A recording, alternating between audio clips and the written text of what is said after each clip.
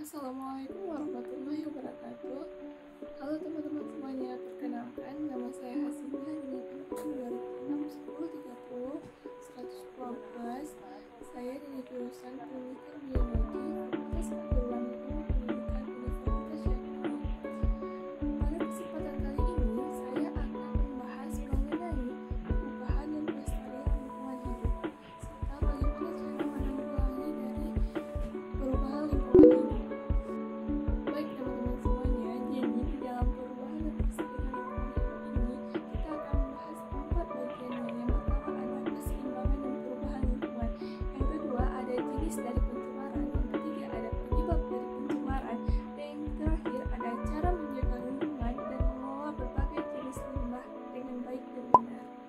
Ada case pertama, yang pertama itu seperti yang kita ketahui bahwa sekarang banyak masyarakat baik di perkotaan maupun wilayah industri penduduknya itu kesulitan mendapatkan air bersih dalam jumlah yang banyak. Mengapa hal tersebut terjadi? Di mana air bersih ini kan dapat menunjang kehidupan sehari-harinya. Mengapa penduduk kesulitan mendapatkan air bersih? Karena hal ini disebabkan oleh adanya pencemaran pada sumber-sumber air. Dan jadi dalam materi ini kita akan membahas tentang pencemaran itu sendiri. Jadi perubahan lingkungan sendiri, perubahan lingkungan hidup terdapat pengertiannya. Yang pertama itu lingkungan hidup menurut Undang-Undang Nomor 23 Tahun 1997 lingkungan hidup adalah kesatuan ruang dengan semua benda, daya, keadaan, dan makhluk hidup, termasuk manusia dan perilakunya, yang mengaruhi kelangsungan pada kehidupan dan kesejahteraan manusia beserta makhluk hidup lainnya. Kemudian, keseimbangan lingkungan ini yaitu merupakan kemampuan lingkungan untuk mengatasi tekanan dari alam maupun aktivitas manusia yang dimana dapat menjaga kestabilan di dalamnya kehidupannya. Kemudian keseimbangan lingkungan ini merupakan kehidupan yang dinamis. Kenapa? Karena keseimbangan ini dapat mengalami perubahan, tapi perubahan ini bersifat menjaga komponen dan tidak menghilangkan suatu komponen tertentu. Terdapat 4 kriteria lingkungan bila dikatakan seimbang, yaitu atau juga disebut dengan equilibrium. Yang pertama ada terdapat pola-pola interaksi, yang dimana ada terdapat arus energi, daur materi, rantai makanan maupun jaring-jaring makanan. Yang kedua ada lingkungan homeostatis, yaitu yang dimana homeostatis ini merupakan mempertahankan terhadap gangguan alam baik secara alami maupun buatan. Yang ketiga ada pertumbuhan dan perkembangan organisme berlangsung secara alami sehingga tidak ada organisme yang mendominasi organisme lainnya. Yang keempat adalah mempunyai daya dukung lingkungan, yang dimana kemampuan lingkungan hidup untuk mendukung kehidupan manusia dan makhluk hidup lainnya. Keseimbangan lingkungan dapat terjadi apabila ada perubahan lingkungan berupa pengurangan fungsi dari komponen atau sebagian komponen hilang yang dapat menyebabkan putusnya rantai dalam ekosistem. Faktor penyebab lingkungan dapat dibedakan menjadi dua. Yang pertama ada faktor alam dan faktor manusia. Faktor alam ini sendiri dapat kita ketahui yaitu merupakan contohnya seperti gempa bumi, banjir, gunung meletus, tanah longsor, gelombang tsunami maupun angin topan dan kemarau panjang. Yang kedua ada faktor manusia. Faktor manusia ini adalah pembakaran dan penebangan hutan secara liar, pembangunan industri dan pemukiman, kemudian penambangan secara liar, sistem pertanian monokultur, dan pencemaran lingkungan, yaitu akibat penggunaan pestisida dan pupuk kimia yang berlebihan. Menurut Undang-Undang Nomor 23 Tahun 1997 Pasal 1 Ayat 12, pencemaran lingkungan hidup artinya masuknya atau dimasukkannya makhluk hidup, zat, energi atau komponen lain ke dalam lingkungan hidup oleh kegiatan manusia sehingga kualitasnya turun sampai ke tingkat tertentu yang menyebabkan lingkungan hidup tidak dapat berfungsi sesuai dengan fungsinya. Dan juga bahan penyebab pencemaran itu disebut dengan polutan. Suatu lingkungan dikatakan tercemar apabila jumlah atau kadar polutannya melebihi ambang batas sehingga menyebabkan menurunnya kualitas atau daya dukung lingkungan, yang dimana dapat mengganggu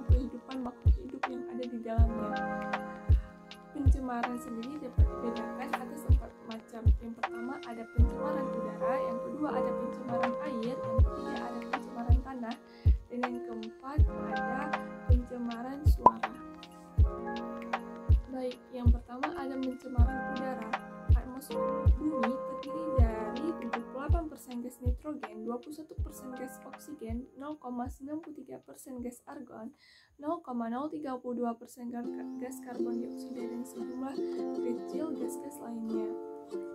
Jika jumlah atmosfer ini meningkat sebagai hasil aktivitas manusia ataupun akibat dari peristiwa alam, maka akan terjadi ketidakseimbangan komposisi atmosfer bumi yang dimana dapat menyebabkan berbagai masalah dan juga berdampak bagi kesehatan manusia. Perubahan komposisi atmosfer tersebut juga disebabkan masuknya berbagai polutan yang dimana bukan merupakan komponen penyusun atmosfer bumi.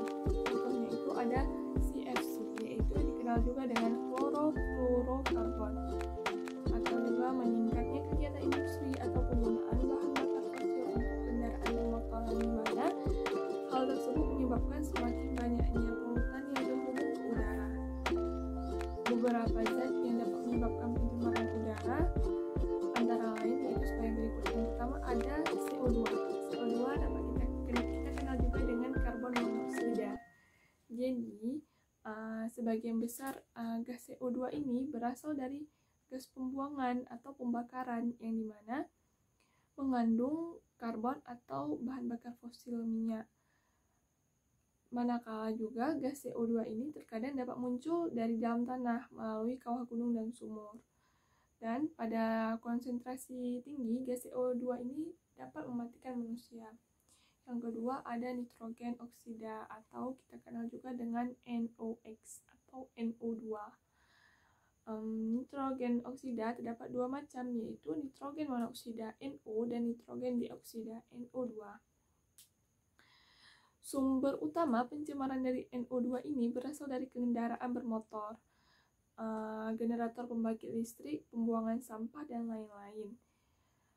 NO2 ini berbau menyengat dan berwarna coklat kemerahan.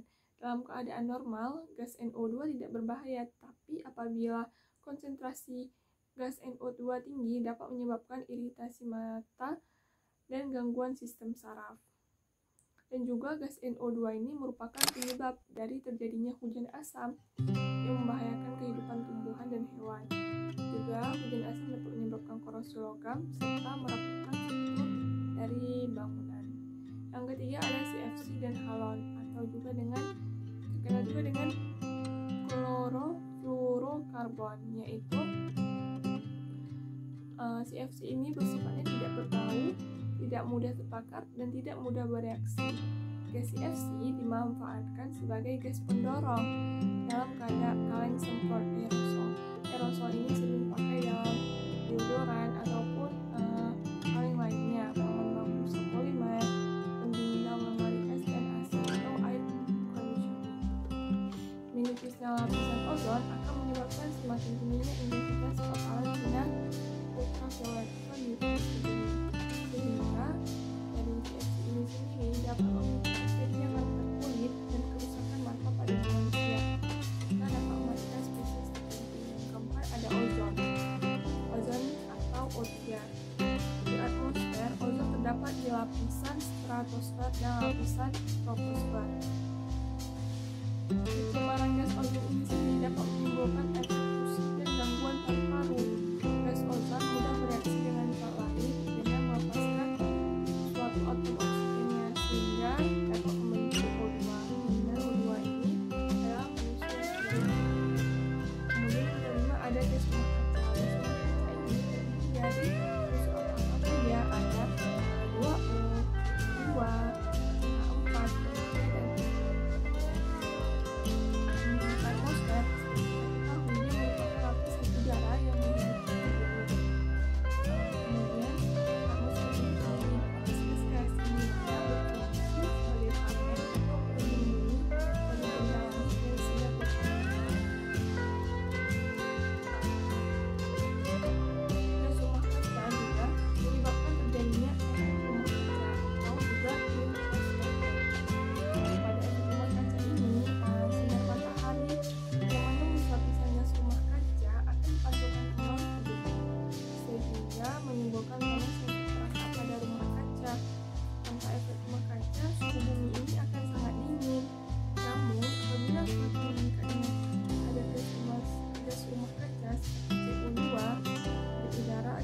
kebakaran hutan dan perusahaan penyumbang gas yang berlebihan, meningkatkan efek rumah kaca, dan dapat efek rumah kaca ini dapat menyebabkan pemanasan global atau global warming. Meningkatnya suhu bumi pasca pemanasan global maka akan berdampak pada mencairnya es di kutub sehingga meningkatkan ketinggian air laut. Pemanasan global juga berdampak pada iklim bumi. Yang kemudian yang keenam ada belerang oksida atau SO2. Belerang oksida dapat berupa SO2 atau SO3. Gas SO2 ini berbau menyengat dan tidak mudah terbakar. Dan juga pencemaran SO2 berasal dari asap pabrik dan kendaraan bermotor. SO2 membahayakan bagi penderita penyakit pernapasan kronis dan dapat menyebabkan kejang saluran pernafasan. Nah, yang kedua ada pencemaran air. Pencemaran air ini seperti kita ketahui adalah merupakan masuknya makhluk hidup atau zat lain ke dalam air yang menyebabkan kualitas airnya menurun ke tingkat tertentu dan tidak dapat berfungsi sesuai dengan peruntukannya. Untuk menentukan air sudah tercemar atau belum dapat dilakukan 3 parameter. Yang pertama ada parameter fisik, yaitu meliputi kandungan partikel padat, zat padat berlarut, yang dimana air normal dapat dikonsumsi yang memiliki sifat tidak berbau, tidak berwarna, dan tidak berasa. Air normal sendiri memiliki pH sekitar 6,5 sampai 7,5. Yang kedua ada parameter kimia yang dalamnya meliputi BOD, COD, dan DO. Kemudian ketiga ada parameter biologi. Parameter biologi digunakan untuk mengetahui jenis dan jumlah mikroorganisme di dalam air yang dapat ada beberapa mikroorganisme yang dapat menyebabkan penyakit tertentu. Contohnya itu ada Escherichia coli, Vibrio cholerae, Salmonella typhosa, dan Entamoeba histolytica. Kemudian penyebab pencemaran air ini dapat bersumber dari sumber langsung maupun tidak langsung. Contohnya sumber pencemaran langsung itu berupa buangan yang langsung dibuang ke badan air. Contohnya sungai, saluran air, selokan, laut, dan danau. Sedangkan sumber pencemaran tidak langsung merupakan kontaminan yang masuk melalui air tanah akibat pencemaran air permukaan oleh limbah industri maupun limbah domestik. Pencemaran air juga disebabkan oleh berbagai kegiatan manusia, yaitu ada limbah domestik, limbah industri, limbah pertanian, dan limbah pertambangan. Yang ketiga ada pencemaran tanah. Pencemaran tanah ini dapat terjadi secara langsung maupun tidak langsung. Pencemaran tanah secara langsung terjadi jika zat pencemar langsung mencemari tanah, misalnya penggunaan inseksida. Dan apabila secara tidak langsung terjadi melalui perantara air udara, misalnya limbah domestik dan industri dibuang ke sistem perairan, lalu polutan tersebut diserap ke dalam tanah atau zat sisa pembakaran. Kemudian yang keempat ada pencemaran suara. Pencemaran suara ini adalah suara yang tidak diinginkan, mengganggu dan merusak pendengaran manusia. Pencemaran suara dapat diberikan 4 macam, yaitu kebisingan impulsif. Yang kebisingan ini terjadi dalam waktu singkat dan biasanya menunjukkan, contohnya suara petir.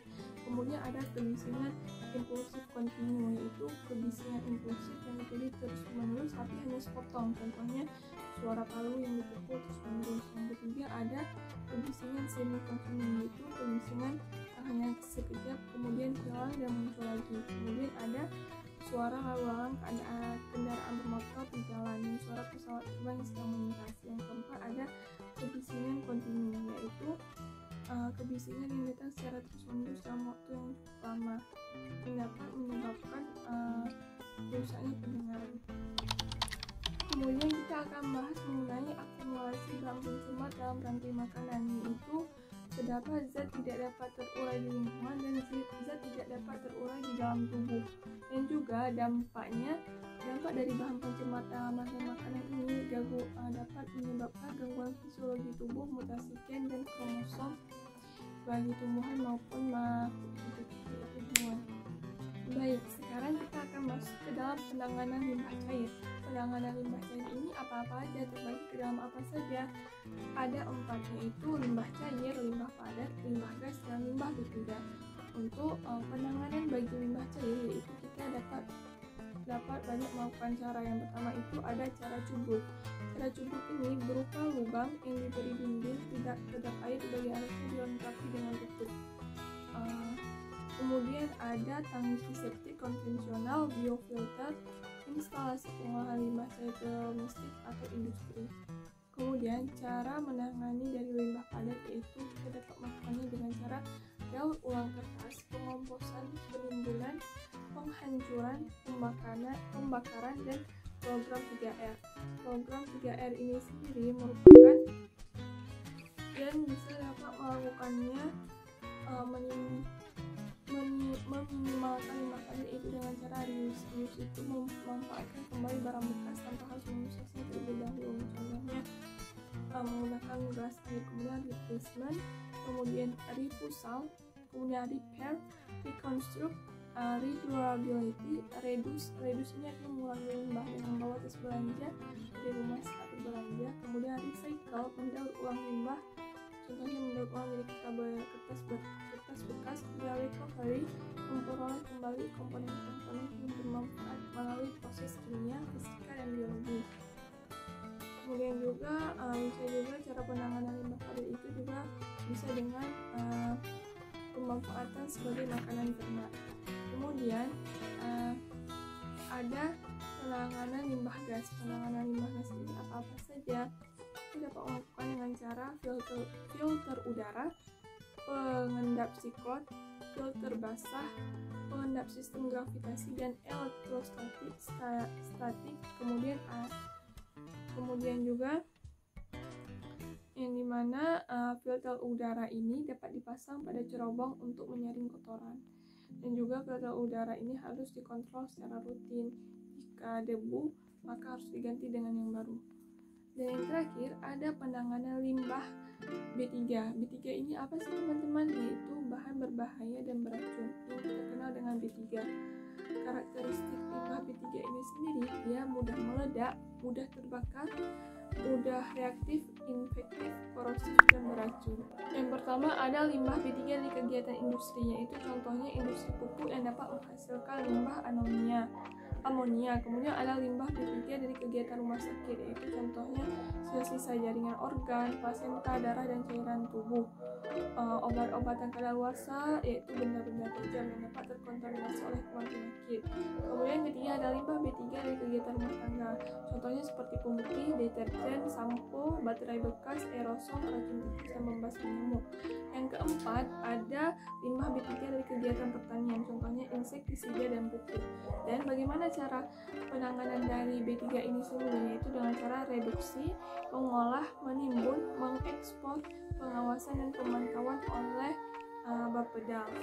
Kemudian bagaimana sih setelah kita mengetahui apa saja jenis pencemaran, penyebab dari pencemaran sendiri, kemudian cara menjaga lingkungannya yaitu dengan melakukan berbagai penanganan. Sekarang kita akan masuk kepada adaptasi dan mitigasi terhadap perubahan lingkungan. Adaptasi ini sendiri apa sih?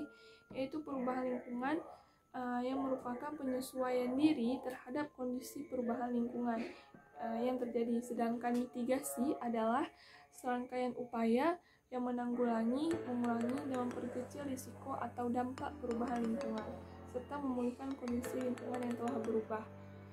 Contohnya kegiatan adaptasi terhadap perubahan lingkungan itu antara lain ada 5, yaitu kekeringan akibat kemarau panjang, yaitu kita bisa melakukannya dengan cara menghemat air energi. Kemudian kenaikan permukaan air laut, yaitu contohnya dengan membangun sistem pemecah ombak. Kemudian ada banjir, kita dapat caranya itu kita dapat membuat dan memelihara saluran drainase serta melakukan pengerukan saluran air. Kemudian kebakaran hutan, kita dapat mencegah penjalaran api ke area lain apabila terjadi kebakaran hutan. Kemudian ada longsor, itu kita dapat merelokasi pemukiman dan memelihara dan merehabilitasi hutan di daerah hulu. Kemudian kegiatan mitigasi ini terjadi di beberapa sektor, antara lain ada sektor pertanian, yaitu caranya dengan mengurangi penggunaan pupuk insektisida, penggunaan pestisida dan pupuk kimia, kemudian menggunakan kotoran ternak untuk pupuk.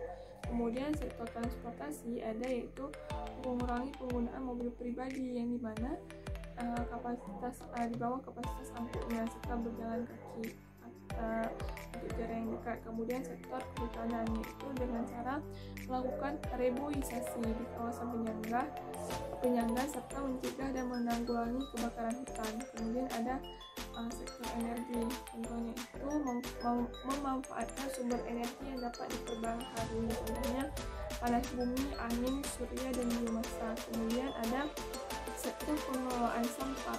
Bagaimana sih cara kita untuk mengurangi sektor pengelolaan sampah? Itu dengan cara mengurangi jumlah sampah, menghemat pemakaian kantong plastik. Kemudian ada sektor tata kota, yaitu dengan melakukan penghijauan, perluasan area resapan air, dan memperbaiki saluran air. Kemudian ada ini yang paling penting, sektor pendidikan juga berpengaruh loh, yaitu dengan memberikan penyuluhan dan pelatihan kepada pelajar terkait dengan pelestarian lingkungan hidup serta mengadakan kampanye dan gerakan peduli lingkungan. Baik, itu saja saya masuk dalam video kali ini, yaitu tentang perubahan dan pelestarian lingkungan hidup. Jadi di sini saya dapat mengetahui jenis pencemaran apa saja. Ada 4 tadi: pencemaran udara, pencemaran air, pencemaran tanah, dan pencemaran suara. Kemudian bagaimana penyebab pencemaran sendiri? Banyak sekali kan, seperti kita ketahui dari udara, gas CO2, dari air, banyaknya kontaminasi atau zat industri yang masuk dalam air, kemudian tanah, kemudian dari suara juga. Dan bagaimana cara penanganan dari pencemaran lingkungan hidup ini? Itu dari penanganan gas cair, limbah cair, limbah padat, limbah gas, dan maupun juga berbahaya. Semoga video saya dapat diterima dengan baik dan dapat dipahami dengan baik. Maaf apabila ada kesalahan. Dan kemudian saya ucapkan terima kasih kepada Bapak Muhyiddin, yang dimana Bapak Muhyiddin merupakan dosen pengampu dari mata kuliah inovasi pembelajaran, yang dimana saya membuat video ini untuk memenuhi tugas mata kuliah inovasi. Sekian dari saya. Assalamualaikum warahmatullahi wabarakatuh. Don't forget to like, comment, share, and subscribe.